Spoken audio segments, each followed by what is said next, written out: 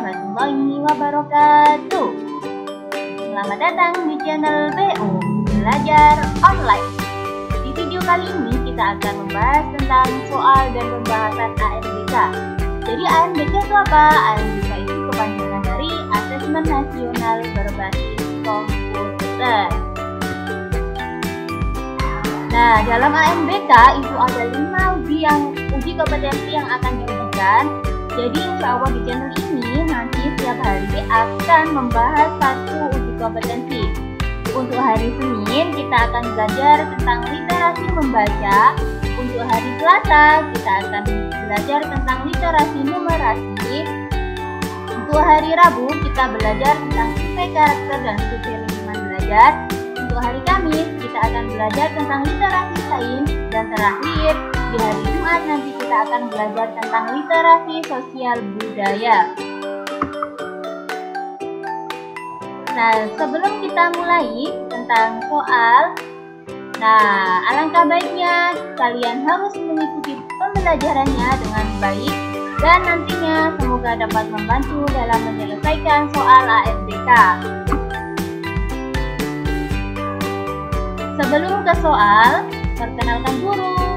Gurunya itu ada 2 guru. Yang pertama ada Fitrian Hidayatul Wahidah, kalian biasa panggil dengan Bu Fitri.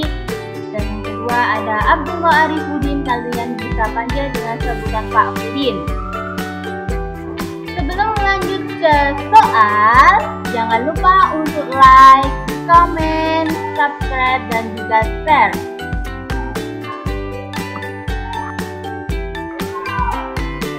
Oke, kita mulai dulu. Hari ini karena hari Senin, untuk itu kita akan belajar tentang literasi membaca.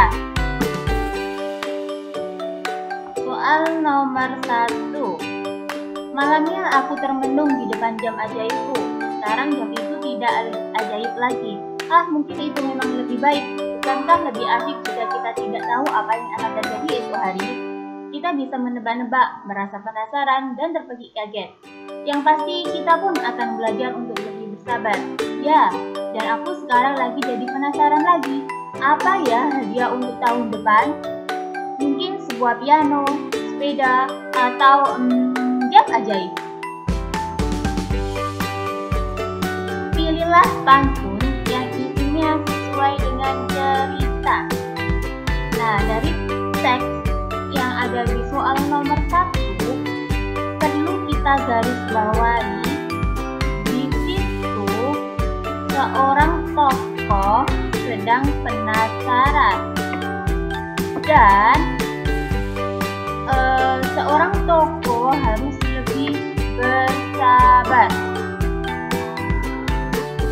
Dia penasaran tentang apa hadiahnya untuk tahun depan. Sebuah piano, sepeda, atau Nah, kira-kira di sini pantun yang tentang penasaran dan juga bersabar, pantun yang ke-1 atau pantun yang ke-2? Coba kita baca pantun yang pertama. Jalan-jalan ke hutan meranti, jangan lupa membawa jajan. Bersabar-sabarlah menanti, kesabaran menghasilkan kebahagiaan. Sedangkan pantun yang kedua, ingatlah selalu kepada Tuhan dan mengerti dan kuatkanlah supaya hidup menjadi tentram dan dapat menjadi pedoman. Kira-kira pantun yang mana yang cocok? Tadi sudah kita garis bawahi bahwa dalam teks itu ada yang harus lebih ditekankan, yaitu bersabar dan juga penasaran. Di pantun yang pertama ada bersabar, dan di pantun yang kedua isinya tentang tentram. Jadi yang cocok adalah pantun yang pertama. Lanjut ke soal berikutnya. Perhatikan pantun di bawah ini. Pantun 1. Beri jeruk di kota Banjar, beli mangga di Jakarta. Manfaatkan waktu dengan belajar agar dapat menggapai cita. Pantun yang kedua, banyak bunga ada di taman. Ada mawar, melati, dan kenanga. Janganlah kamu pilih-pilih teman, banyak teman, banyak saudara. Beri tanda centang pada pernyataan yang sesuai dengan pantun 1 dan pantun 2. Pernyataan 1. Pantun 1 dan pantun 2 merupakan pantun nasihat. Sekarang kita identifikasi dulu, kira-kira pantun 1 dan pantun 2 termasuk jenis pantun nasihat atau bukan? Kita langsung ke isi ya, isi pantunnya. Manfaatkan waktu dengan belajar agar dapat menggapai cita. Ini termasuk pantun nasihat. Yang kedua, janganlah kamu pilih-pilih teman, banyak teman banyak saudara. Pantun 2 juga termasuk pantun nasihat. Jadi pernyataan 1 sesuai. Pernyataan 2. Pantun 1 mengandung amanat menggunakan waktu untuk belajar. Kita ke pantun 1, manfaatkan waktu dengan belajar. Berarti pernyataan 2 sesuai. Kita ke pernyataan 3. Pantun 2 mengajarkan agar kita pilih-pilih teman. Kita ke pantun 2 ya. Pantun 2 isinya janganlah kamu pilih-pilih teman. Berarti pernyataan 3 tidak sesuai. Pernyataan keempat. Pantun 1 merupakan pantun anak-anak. Pantun 2 merupakan pantun orang tua. Nah, kembali lagi ke pantun 1 dan pantun 2. Pantun 1 dan pantun 2 ini tidak ada keterangan, dan untuk pantun itu tidak untuk anak dan tidak untuk orang tua. Kita disuruh belajar. Yang pantun 1, pantun 2 kita tidak boleh pilih-pilih teman. Berarti ini untuk semua usia. Ini tidak sesuai. Lanjut ke soal berikutnya. Pantun 1. Ini pantunnya sama yang tadi ya, ke soal sebelumnya. Pantun 1, beli jeruk di kota Banjar, beli mangga di Jakarta. Manfaatkan waktu dengan belajar agar dapat mencapai cita. Pantun 2, banyak bunga ada di taman, ada mawar, melati, dan kenanga. Janganlah kamu pilih-pilih teman, banyak teman banyak saudara. Coba kita ke pertanyaannya. Lari pantun yang disebut isi adalah. Nah, perlu diketahui bagian-bagian pantun itu ada sampiran sama isi. Dikatakan sampiran itu baris 1 dan baris 2, dan dikatakan isi itu baris 3 dan baris 4. Ingat-ingat ya. Nah, berarti isinya ada di baris 3 sama baris 4. Coba kita ke option yang A. Beli jeruk di kota Banjar, beli mangga di Jakarta. Ini pantun 1, baris 1, 2. Berarti bukan. Yang B. Manfaatkan waktu dengan belajar agar dapat mencapai cita.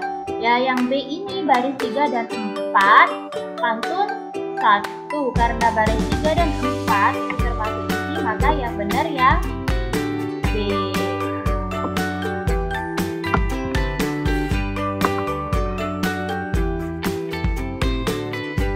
Soal berikutnya. Kalimat yang digunakan pada poster di atas adalah kalimat. Coba kita lihat gambarnya dulu. Gambar posternya. Kita identifikasi. Biasa bersih, hidup jadi sehat. Ayo, biasakan cuci tangan. Nah, berarti ini termasuk berita, tanya, ajakan, apa sindiran.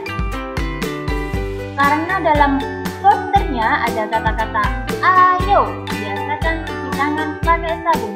Berarti poster ini mengajak kita untuk membiasakan cuci tangan. Berarti termasuk kalimat ajakan.